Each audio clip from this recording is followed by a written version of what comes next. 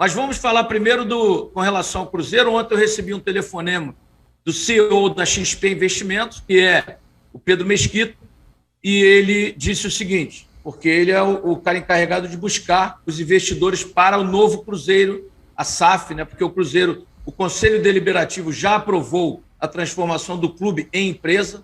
Então, ele me disse o seguinte, que ele já tem 15 investidores do Oriente Médio, da Europa e aqui dos Estados Unidos, né? E desses 15 investidores, o Cruzeiro se transforma em clube-empresa após o fim do Campeonato Brasileiro, porque a FIFA não permite que se transforme durante uma competição, então tem que terminar o Brasileirão na Série B. Aí ele comunica a FIFA, a CBF e a Conmebol. Então se transforma em empresa. E no primeiro trimestre, já de 2022, a XP Investimento vai escolher um desses 15 investidores que ainda não fizeram a proposta financeira, nem o projeto e nem o marketing, né? Por enquanto, eles têm um contrato de confidencialidade com a XP Investimento e, a partir daí, de dezembro, a XP vai analisar e vai, né, pedir as propostas financeiras. E ela vai avaliar qual é a melhor proposta financeira, de futebol e de marketing. Ela não quer apenas uma grande proposta financeira, ela quer um planejamento, um projeto que enquadre essas três questões. E aí, sim, ela vai escolher, no primeiro trimestre, já aquele investidor que vai comprar o Cruzeiro, né? Então, a coisa funciona desse jeito. Ele me disse que já conversou também com o Botafogo e o Conselho Deliberativo do Botafogo também já aprovou a transformação do clube em empresa e me disse também que já conversou com 10 clubes grandes do Brasil e que a tendência, né, é que todos se modernizem e acompanhem o que acontece no mundo inteiro, principalmente na Premier League na Inglaterra. Todos os clubes têm um dono, têm um CEO. E qual é o detalhe importante, Vanderlei, Vampeta, Fausto e Nilson César? O detalhe é que o presidente de um clube, ele será presidente apenas do clube social, né, junto com o seu conselho deliberativo. Ele não vai dar um apito no futebol. Quem vai apitar no futebol é o CEO, contratado pelo investidor que comprar o clube. E aí sim, né, serão duas casas distintas, digamos assim. O Cruzeiro Futebol e o Cruzeiro Social, assim como os outros clubes que se transformarem em empresa. Então, a coisa vai funcionar assim, né? Lembrando que o presidente, vamos falar, claro, né, Vanderlei? Será uma espécie de rainha da Inglaterra. Ele vai comandar lá no Cruzeiro, por exemplo, a bocha, né? O carteado, mas quem vai apitar no futebol é o CEO, que será, naturalmente, terá que fazer uma entrevista, né? Será analisado o seu currículo, para ver se ele tem condições de comandar um clube de futebol e aí sim montar a equipe para o planejamento. Porque a gente sabe, né, Vanderlei, que o Cruzeiro é um dos gigantes do futebol brasileiro, não pode ficar 3 anos como vai ficar na segunda divisão, né? Porque ainda que ele esteja na segunda divisão por 3 anos, ele continua sendo um gigante. Eu gosto de citar os títulos mais importantes, são 6 Copas do Brasil, 4 brasileiros e 2 Libertadores. Poucas equipes no Brasil têm isso, né? Você pega o Santos, o São Paulo, o Palmeiras, o Inter, o Grêmio, o Flamengo e o Cruzeiro, né? O Corinthians. Então, é por aí. Acho que será a salvação do futebol brasileiro. E eu não sei se vocês pensam como eu digo o seguinte, o dirigente, o presidente, que não quiser transformar o seu clube em empresa, porque vai depender do voto do Conselho, o Conselho Deliberativo, vocês sabem, né? Os caras só servem para passear, para pegar avião para ver jogo do time, para pegar a boca livre. Então, Conselho e nada é a mesma coisa. Então, eu quero saber o seguinte, o presidente que não quiser transformar seu clube em empresa, que o torcedor fique de olho nele. Alguma vantagem ele vai querer levar.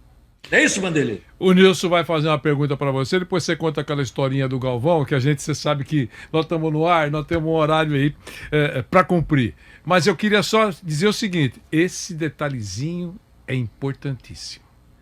Se vai prejudicar a cartolagem, ela vai jogar contra demais. Nilson César. Mas no Cruzeiro já foi aprovado, isso é Cruzeiro, bom. Não tô falando do Cruzeiro. Botafogo também. E no Botafogo também, viu, Nilson? Então o Conselho já aprovou. Eu vi isso é ótimo. Botafogo é histórico, Botafogo, histórico Cruzeiro, gigante Cruzeiro.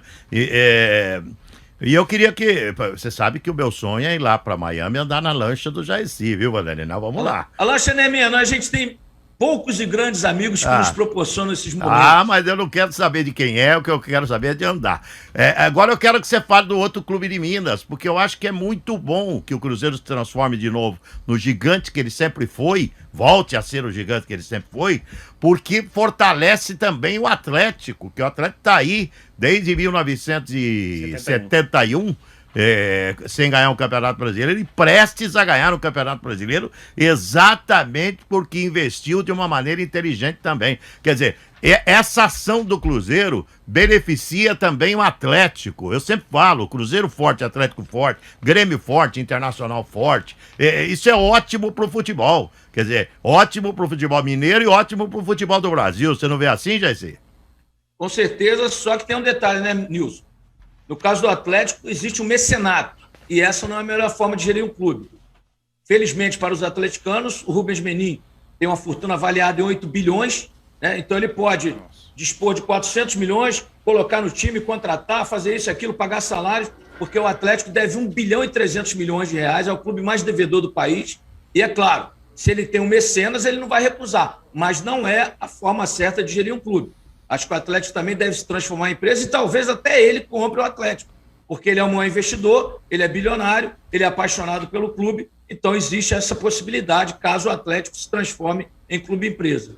E a gente sabe, por exemplo, o Fluminense, quando teve o mecenato do Celso Barros, ganhou o Brasileiro em 10 e 12, né, 2010 e 2012. De lá para cá, acabou, porque o dinheiro saiu. Então, o clube ele tem que se autogerir, ele tem que ser autossuficiente, né, como é o Flamengo hoje, que ainda não é empresa, mas é autossuficiente. Então, essa é a melhor forma de gerir um clube, porque no momento, o que o Atlético tem?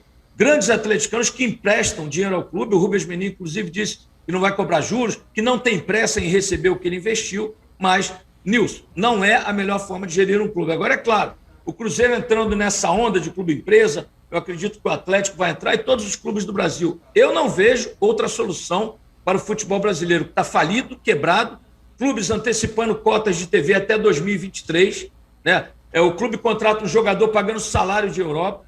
Esse foi um dos temas que o Pedro me falou. Ele falou, o clube terá uma folha enxuta dentro da realidade econômica do país.